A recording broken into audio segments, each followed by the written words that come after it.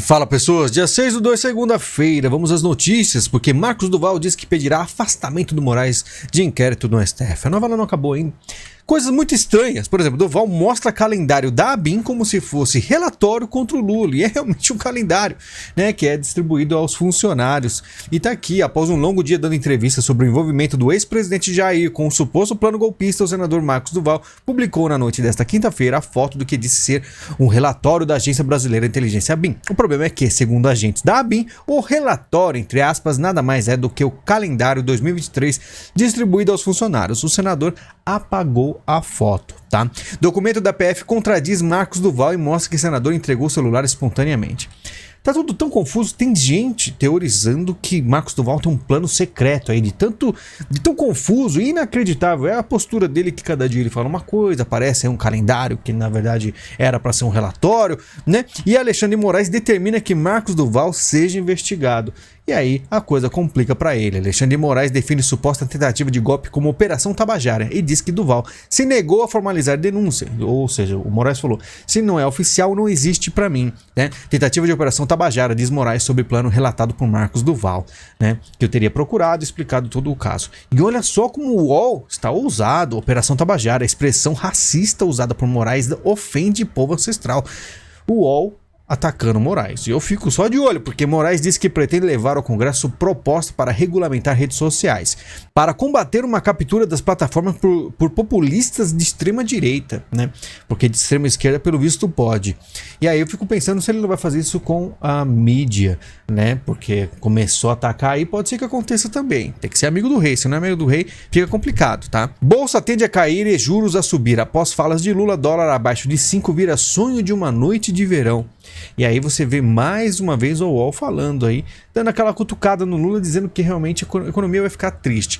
E eu vi vários comentários contra o UOL defendendo o Lula, e esse aqui foi um que eu achei simples, mas bem, vamos dizer assim, infeliz. Se o mercado tá triste, o povo tá feliz. Será mesmo? 50 curtidas. Ele não sabe que se o mercado está ruim, quando se diz mercado, é toda a questão da economia, empresas, emprego, é tudo. E aí o Lula falando contra o mercado, a economia do país vai pro buraco. E as pessoas não têm nem esse mínimo conhecimento. Olha só o Estadão, editorial. Uma ministra teve apoio de milicianos. Um ministro deu verba para estrada que passa em sua fazenda. O país quer saber onde está o presidente que criticava milicianos e orçamento secreto. Olha o Estadão. Bateram no Lula, como assim? Os pesos e as medidas de Lula. Uma ministra teve apoio de milicianos, né? Falando da estrada, na campanha eleitoral, o petista Lula da Silva chamou o orçamento secreto de bandidagem e acusou seu adversário, então presidente Jair, de ser uma pessoa má, que anda com assassinos e milicianos. E aí você vê que tem umas coisas meio estranhas no governo. Mas o Lula vai começar a apanhar muito daqui pra frente, né? Embaixador da União Europeia critica a postura de Lula com ditaduras de esquerda. Mas ele não era o queridinho, né? Embaixador da União Europeia critica a postura de Lula com Venezuela, Cuba e Nicarágua. Nas redes sociais, Ibanez compartilhou o artigo intitulado Fóssil de Demetrio Magnoli, publicado no jornal Folha de São Paulo. Folha de São Paulo, Estadão, olha só. O embaixador destacou o verso O Tempo Passou na Janela e Só Carolina Não Viu, de uma canção de Chico Buarque, citado também na crítica de Magnoli. Segundo o colunista, Lula não aproveitou a oportunidade de levantar a voz por eleições livres na Venezuela, uma abertura política em Cuba e o fim da selvagem repressão do regime de Ortega na Nicarágua. Pior, o presidente executou suas acrobacias habituais destinadas a legitimar as tiranias, escreveu o colunista Magnoli. Você vê que o Estadão, União Europeia, um monte de coisa estranha que tá deixando com certeza o Lula meio preocupado, porque olha só. Alckmin vira ponte entre bolsonaristas e governo Lula. Geraldo Alckmin recebeu diversos governadores e parlamentares bolsonaristas ao longo de janeiro em seu gabinete vice-presidente. Será que o Lula ficaria feliz com essa informação, né? O Alckmin aí falando com pessoas de direita. Ex-assessor de Weintraub é nomeado para a pasta de Alckmin. De Assis Souza é funcionário de carreira do planejamento e foi cedido para o Ministério da Educação na gestão do ex-ministro de Bolsonaro. Será que o Lula tá sabendo disso aí, né? Um assessor do Weintraub, que era do Bolsonaro, agora na pasta do Alckmin. Como é que tá essa situação aí? Será que o Lula tá satisfeito com esse monte de crítica?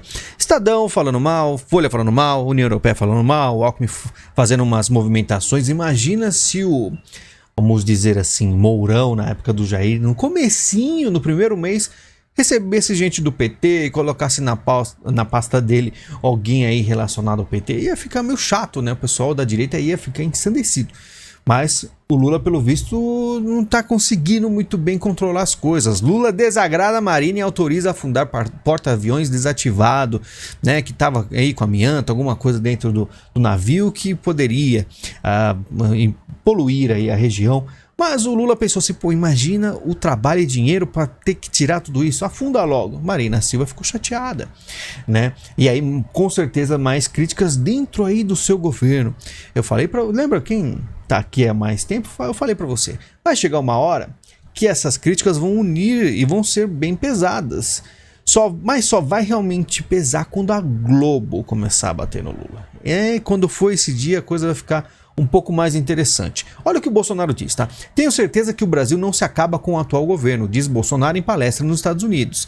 Eu falei em vídeo exclusivo, né? Falei muitas vezes que não é o fim. Tem muita coisa para rolar. Vai piorar? Com certeza absoluta, né? Não vejo com bons olhos o futuro da economia, afirma Bolsonaro. Falei.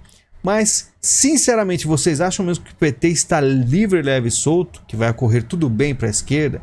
Que haverá uma dominação da esquerda no Brasil?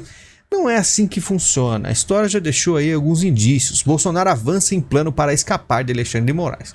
Claro que direita não existe, tá? Direita não existirá. E ele tá aí, fez algumas palestras, tá pensando em falar que ele é um asilado político, que ele é um cara que é um preso político e não pode voltar pro Brasil e talvez ele fique na Itália, tá? Isso aí são planos. CGU indica revisão de sigilos impostos por Bolsonaro a 234 processos. Os caras não param, né? O Bolsonaro não tá mais na presidência, mas os caras querem a caça para ele não voltar nunca mais. Bolsonaristas apontam 4 traições de Rogério Marinho no Senado, né? Porque a gente falou que ia ser 10 votos a mais aqui, né? A gente fez um prognóstico, mas deu mais, né? Alguma coisa aí aconteceu. Uns falam que pode ser o Duval, que aí acabou votando errado. Em falando em traições, né? Fim de pai e mãe em registros de nascimento, Aras manifesta-se a favor. Procurador-Geral da República concordou com o grupo LGTV+. E aí eu fico me perguntando, né, se as pessoas ainda acham que haverá ainda direita. Por que o Aras está fazendo isso? É um erro do Bolsonaro? Não. O Aras, ele agiu muito corretamente até quando o Bolsonaro estava no poder. Saiu do poder, todos vão se adaptar. Até mesmo aqueles deputados que levantam plaquinha contra o Lula, todos vão se adaptar. Nesses documentos, a ABGLT pediu para trocar os títulos de pai e mãe por filiação 1 e filiação 2. O ministro Gilmar Mendes, do Supremo Tribunal Federal, é o relator do processo, que tramita na corte desde novembro de 2021. E o Aras deu o sinal verde pelo visto. Bolsonaristas não devem atrapalhar indicações de Lula para o STF. Barrar a indicação do presidente Lula para o STF não está na lista de prioridades da família Bolsonaro.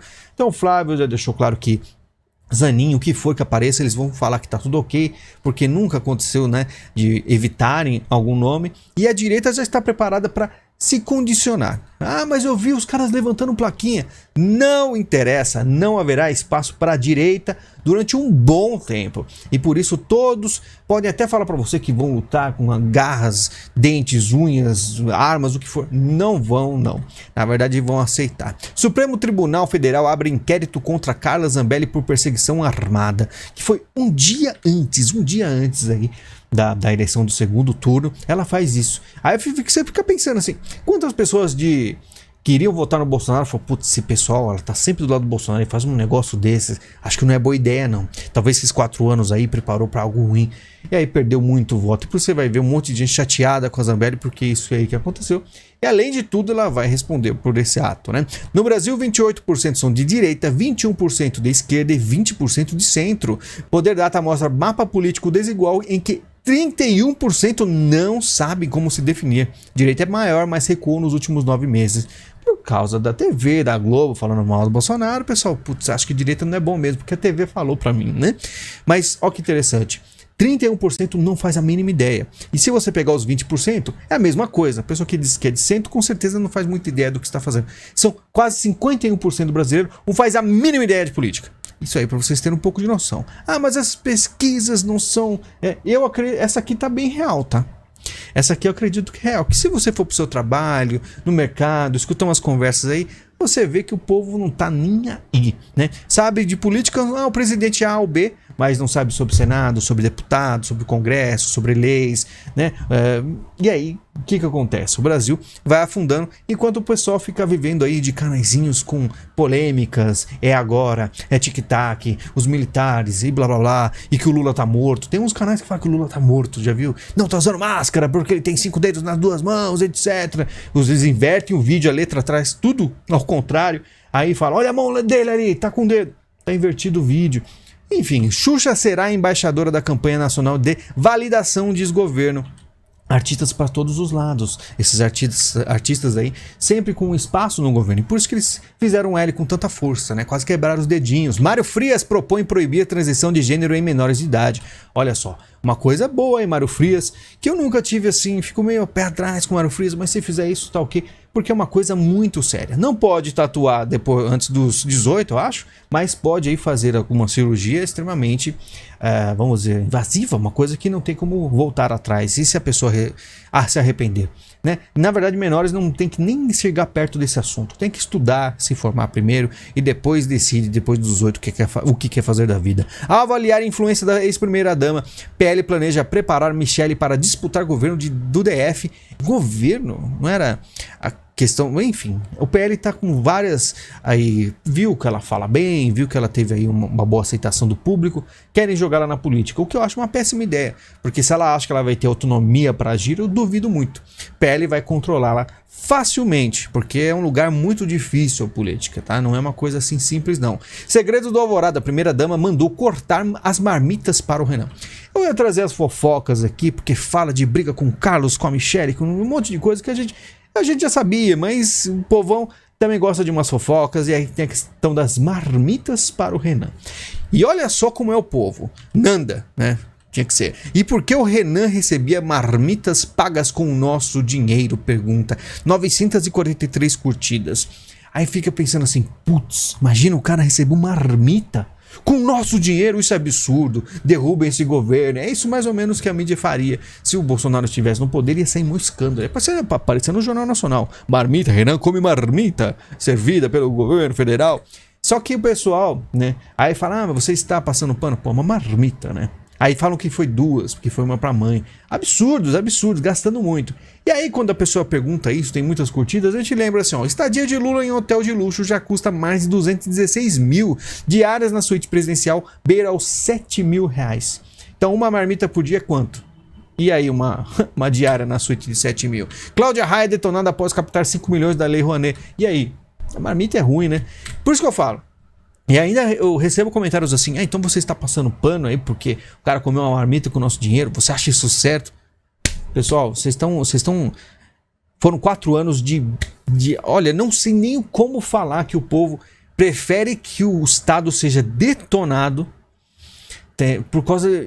uma marmita ali, uma coisinha ali que, se você olhar no geral, os ganhos foram maiores do que tudo isso. O Brasil, mesmo em pandemia, teve um desempenho entre os 10 melhores países do mundo, com Paulo Guedes. Jogaram fora, né? Eu não vou ficar falando muito, não, que já foi, mas a revolta pega às vezes. A iFood e Rappi temem reforma sugerida por Lula e vão atrás de deputados. Deputados de diferentes posições políticas receberam ligações do iFood e do Rappi para conversar sobre a regulação proposta por Lula. E mais uma vez eu vou jogando para vocês aqui na cara. Por quê?